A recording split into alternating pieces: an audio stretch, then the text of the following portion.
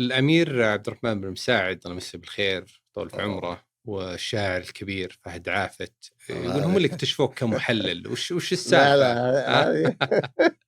هذه لها هذه قصة هذه ولا لا؟ هذه قصة. إيه. طبعا فهد عافت صديق واخ. كان كل ما يدق علي تعال في الاستراحة يسولف معي عن كرة القدم، يسألني عن النصر، مم. يسألني عن مثلا مباريات، إيه.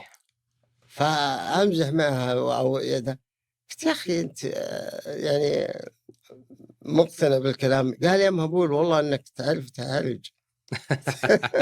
علمني وش. إيه.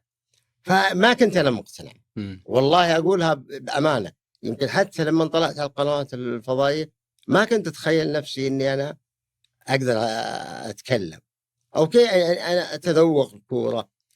عندي قدرة على يعني قراءة أو قراءة فنية. فنية وغير فنية حتى على مستوى الإداري. أها. يعني شيء يمكن ظروفي صنعت مني هذا إيه. الشيء. ما فكان يتكلم معي وما كنت أتوقع يستهبل، يبغاني بس فهد أجي. عافت. أي كنت إيه. أقول له يعني يبغاني أستهبل. لين جاني مرة كانت نهائي السعودية والبحرين اللي هي البطولة اللي في الكويت. أيوه. قال لي بكرة وش عندك؟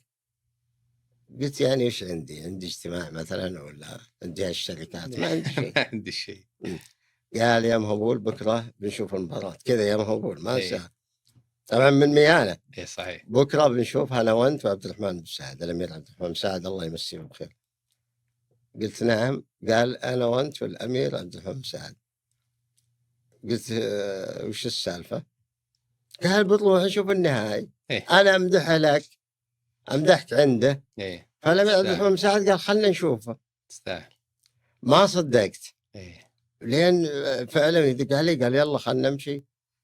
لا زالت الأمور يعني مصدق مكذب معها. المهم رحنا دخلنا عند الأمير عبد الرحمن سعد، تقهوينا. كان الأمير الحالة، كان النهائي. أنا يعني تعرف لحظة ارتباك، وش الأسئلة اللي بتيجي إيه. وش بتقول. الوضع مختلف وسلمنا. المهم مالك في الطويلة كيف ممكن يفوز المنتخب؟ بدوا الآن يسألونك عشان تحللهم المباراة. يعني الأمير إيه. عبد الرحمن سعد يمكن محترم فهد وده، إيه. بس يمكن مو مقتنع. مو مقتنع. هذا أنا كان أقول إيه. كذا. فقلت شوف يمكن إذا في خطورة محمد نور إيه. والكرات الأرضية لعل الله وفقني فيها. إيه. تجي أوفر ويطلع محمد نور ويجيبها. آه. فخلاص بعدها تقهويت شاهي. أنت اقتنعت برضو داخليا أنك عندك قراءة فنية والله شوف مميزة.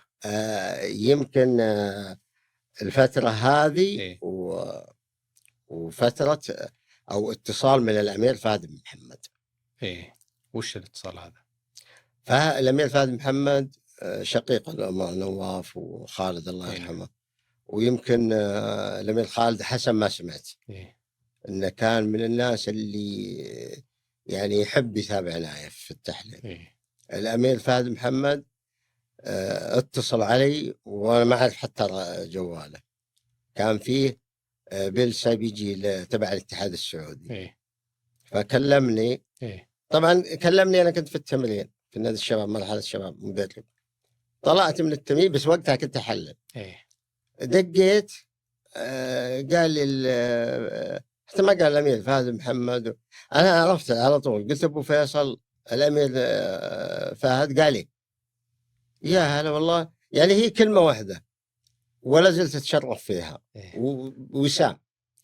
فقال لي إذا في أحد 5 يفهمون كرة قدم أنت واحد منهم. الله. قلت طول العمر ما تستاهل. الحمل كبير. إيه. قال لي في دعوة كذا وكذا إيه. وأنا يعني في الاتحاد مم. وأبيك تجي. قلت شرف كبير. ترى تدعيني مو في الاتحاد، خارج الاتحاد.